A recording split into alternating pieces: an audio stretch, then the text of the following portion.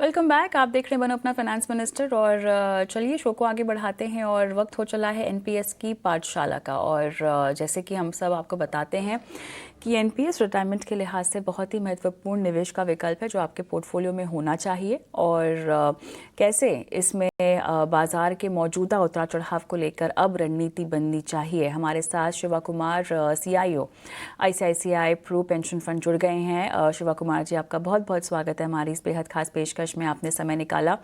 तो देखिए, बाजार के जितने भी पार्टिसिपेंट्स होते हैं, जितने भी निवेशक होते हैं, उतार चढ़ाव हो बाजार में तो थोड़ा सा परेशान हो ही जाते हैं। वो तमाम एनपीएस में जिन्होंने निवेश किया हुआ है, और बहुत सारे ऐसे लोग हैं जो एनपीएस में पैसे लगाते हैं, रिटायरमेंट के लिए निवेश करते हैं, वो बाजार की अगर उन्होंने इस तरह का चुनाव लिया हुआ है जहां पर इक्विटी में उनका पैसा जा रहा है, तो बाजार के उतार चढ़ाव को लेकर थोड़ा सा परेशान तो वो होंगे ही होंगे। और हो सकता है काफ़ी हद तक उनकी फंड की परफॉर्मेंस में भी ये बाजार की चाल झलके दिखाई दे। तो आप उन्हें क्या कहना चाहेंगे सबसे पहले तो? Good evening Kavita ji and to all the investors. आपने जो सवाल उठाया वो बहुत रिलेवेंट सवाल है। जो आजकल का उतार चढ़ाव जो हम देख रहे हैं इक्विटी मार्केट में, उस हिसाब से ये काफी रिलेवेंट सवाल है। बट मैं यही कहना चाहूंगा from NPS point of view, NPS एक लॉन्ग टर्म प्रोडक्ट है। यहाँ पे लोग अपने रिटायरमेंट के लिए सेव कर रहे हैं। ये इन्वेस्टर जर्नी होगा करीब 20 या 30 या 40 साल, डिपेंडिंग ऑन आप कब अपना एनपीएस जर्नी शुरू की है। सो इस हिसाब से it's a very long investment horizon इस प्रोडक्ट का एक फीचर है। अब अगर आप उस हिसाब से देखेंगे एनपीएस को, बाजार का उतार चढ़ाव तो होता ही रहेगा। किसी की इन्वेस्टमेंट जर्नी में कुछ टाइम पीरियड्स होंगे जहां पे बाजार थोड़ा ओवर वैल्यूड होगा, कुछ टाइम पीरियड्स होंगे जहां पे बाजार थोड़ा अंडर वैल्यूड रहेगा। बट एक्चुअली अगर आप पीछे मुड़ के देखेंगे आपके इन्वेस्टमेंट जर्नी में, आप जो रकम बाजार जब अंडर वैल्यूड है, जो जब मार्केट करेक्शन अंडर को होता है, उस टाइम पे जो रकम आपने इन्वेस्ट किया, आपका रिटर्न उस पर ज्यादा होता है। If you compare it with जो रकम आप बाजार जब ओवर वैल्यूड है उस टाइम आपने इन्वेस्ट किया। So basically dollar cost averaging के कॉन्सेप्ट के बारे में बात कर रहा हूँ, वेरिन जब मार्केट करेक्ट होता है आपको ज्यादा यूनिट्स मिलते हैं। इनफैक्ट लोग बोलते हैं, एक्सपर्ट्स बोलते हैं कि उस टाइम में एक्चुअली आपका इन्वेस्टमेंट ज्यादा होना चाहिए ताकि आपका यूनिट एक्यूमुलेशन बढ़े, और उन यूनिट्स में आपका investment return will be much higher अगर आप कंपेयर करोगे towards the entire investment journey from the average return which you generate. तो कुल मिला के यही बोलना चाहता हूँ कि देयर विल बी कुछ टाइम पीरियड होंगे जहां पे मार्केट आपको ज्यादा रिटर्न देगा, कुछ टाइम पीरियड्स होंगे जब मार्केट कम रिटर्न देगा।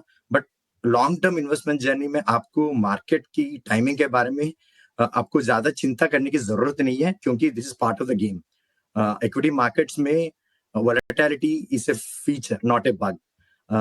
सो बिल्कुल। निवेशकों को कोई इसके बारे में कोई वरी होने की जरूरत नहीं है, ओके। स्पेशली एनपीएस इन्वेस्टमेंट्स के बारे में। क्योंकि एक ही बात है, एनपीएस में आप देखेंगे तो आपको 6 बिप्स में, विच इज 0.06% में, राइट। आपको बेस्ट फंड्स में इन्वेस्ट करने का नहीं, मौका बिल्कुल मिल रहा है। सस्ता निवेश का ऑप्शन तो है ही बाकी निवेश विकल्पों के मुकाबले। अच्छा, एक और चीज़, जिन्होंने यहाँ पर एक्टिव चुनाव किया हुआ है वो अपनी स्कीम्स और एलोकेशंस में बदलाव भी कर सकते हैं। कुछ जी सीमित नंबर के बदलाव वो कर सकते हैं एक साल के अंदर।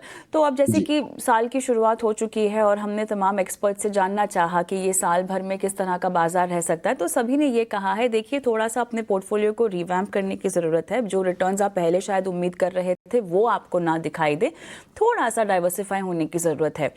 क्या एनपीएस निवेशकों के लिए अभी वो वक्त है कि वो अपने एलोकेशंस में चेंजेस करें, अपनी स्कीम्स की परफॉर्मेंस को चेक करें, कंपेयर करें और बदलाव करें? क्या आप वो रेकमेंड करेंगे? रणनीति कैसी होनी चाहिए? अगेन कविता जी, ये इंडिविजुअल चॉइस है। हाँ, ऑब्वियसली बिल्कुल। दिस डिपेंड्स ऑन सेविनेस कितना है एक एक इन्वेस्टर का। बट मैं यही बोलूंगा कि अभी मार्केट मुझे ओवर वैल्यू नहीं लग रहा है। मे बी अगर आप ये सवाल 3 महीने पहले बोलते तो शायद उस टाइम पे मार्केट थोड़ा ओवर वैल्यू लग रहा था। अभी थोड़ा वैल्यूएशंस नीचे आ गए हैं, तो अभी मैं बोलूंगा कि इक्विटी को एलोकेशन अभी कम करना थोड़ा इट्स बियॉन्ड द पॉइंट। अभी करना मैं सजेस्ट नहीं करूंगा as a investor, but obviously investors का अपना अपना चॉइसेस हैं। बट एनपीएस का ब्यूटी ये भी है कि आप investment choices with in an year आप 3-4 बार आप निःशुल्क चेंज कर सकते हैं। कोई एग्जिट लोड या एंट्री लोड कुछ नहीं होता। तो अगर इन्वेस्टर्स अपनी मर्जी से, अगर उनको लगे कि इक्विटी अभी नीचे आ गया, शायद मुझे इक्विटी थोड़ा बढ़ाना पड़ेगा, वो कर सकते हैं। Up to 75% of your scheme you can choose equities as an asset allocation. तो it depends on investor और उनका रिस्क टॉलरेंस के हिसाब से भी इन्वेस्टर्स चूज करते हैं जितना इक्विटी ले सकते हैं, जितना डेट ले सकते हैं। बट अभी अगर कोई ये सोचे कि हाँ मार्केट ज्यादा करेक्शन हो गया, अभी से थोड़ा वैल्यूएशन काफी फेयर वैल्यू लग रहा है, देन मे बी अगर किसी को इक्विटी बढ़ाना है, आई थिंक एनपीएस में वो सुविधा भी है। चलिए, तो यहाँ पर तमाम सुविधाओं के साथ आप एनपीएस में निवेश कर सकते हैं और फंड्स की लेटेस्ट परफॉर्मेंस भी हम आपकी स्क्रीन पर फ्लैश कर रहे हैं। और देखिए, अच्छी बात यह है कि इस प्रोडक्ट में एक लॉक इन होता है और इसीलिए क्योंकि रिटायरमेंट की हम बात कर रहे हैं और लोगों को अक्सर आदत होती है कि बहुत अगर निवेश कर रहे हो, कभी ज़रूरत पड़े तो रिटायरमेंट या अपनी और किसी तरह के फाइनेंशियल गोल की किटी में से वो पैसे निकाल लें। लेकिन जहाँ तक एनपीएस में निवेश की बात है, इसका फ़ायदा सबसे बड़ा ये होता है कि क्योंकि आपके पास एक लॉक इन है, कुछ ही सूरतों में, कुछ ही शर्तों में जो है आप पैसे निकाल पाते हैं, तो वो अनुशासन बना रहता है, वो डिसिप्लिन बना रहता है। इक्विटी एक्सपोजर बढ़ाने का समय भी क्या ये हो सकता है? अगेन बहुत केस स्पेसिफिक सवाल पूछ रही हूँ। हर किसी के रिस्क एपेटाइट पर डिपेंड करता है, हर किसी के रिस्क एक्सपोजर पर डिपेंड करता है। बट कोई अगर थोड़ा सा कम उम्र में हो, मतलब बिलो 45 अगर मैं पूछना चाहूँ, तो अपने आप 70-80% तक इक्विटी जाया जा सकता है उनके लिए? क्या वो कंफर्टेबल जोन रह सकती है? जी बिल्कुल। अगर कोई यंगस्टर है जिसने अभी अपना एनपीएस जर्नी शुरू किया और जिनका रिस्क एपेटाइट हाई है, जो इक्विटीज के बारे में थोड़ा समझ सकते हैं, वो इक्विटी का एक्सपोजर बढ़ा सकते हैं। अप टू 75% कैप भी है, 75% तक स्कीम अलो करते हैं, आप इक्विटी एक्सपोजर ले सकते हैं। और एक बार मैं ये भी बोलना चाहता हूँ कि एनपीएस का जो इन्वेस्टमेंट यूनिवर्स है जिसका रेगुलेटर ने तय किया, वो तो टॉप 200 स्टॉक्स हैं।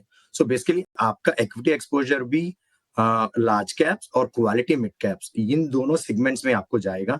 तो in terms of A safety point of view, ये दोनों सेगमेंट्स थोड़ा स्टेबल रहते हैं इन पीरियड्स ऑफ करेक्शन।